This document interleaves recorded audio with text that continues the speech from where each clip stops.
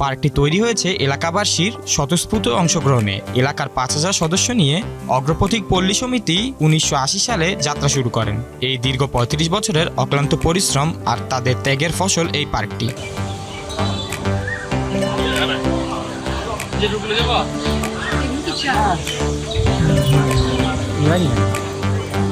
এদিকে তো চা হয়নি।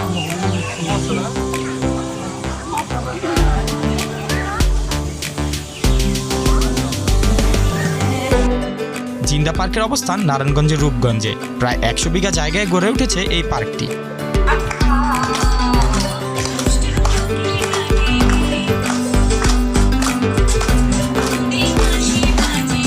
পার্কে রয়েছে একটি কমিউনিটি স্কুল, কমিউনিটি ক্লিনিক, নান্দনিক স্থাপত্য শৈলী বিশিষ্ট একটি লাইব্রেরি, মসজিদ, ঈদগাহ ও কবরস্থান। রয়েছে একটি রেস্তোরাঁ। 250 প্রজাতির 10,000-এর বেশি গাছপালা আছে পার্কটিতে।